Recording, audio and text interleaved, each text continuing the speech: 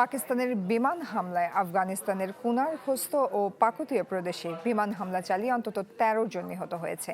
তালেবান সরকার এই দাবি করেছে। তালেবান মুখপাত্র জানিয়েছেন, হামলায় আরও ১৪ জন নারী ও শিশু আহত হয়েছে। তিনি এই ঘটনাকে মানবতাবিরোধী অপরাধ ও আগ্রাসন বলে আখ্যা দিয়েছেন। এই দিন খোস্ত প্রদেশের স্পেরা জেলার একটি বাড়িতে হামলায় ৯ জন নিহত ও ১০ জন আহত হন। এছাড়া পাকুতিয়া প্রদেশের বারমাল জেলার পৃথক আরেকটি হামলায় ৩ বেসামরিক নাগরিক নিহত হন, যাদের মধ্যে শিশুও রয়েছে।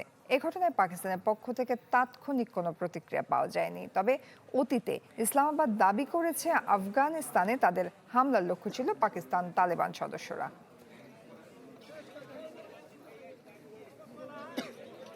নগদ নিয়ে এলো হার না মানা হার অফার।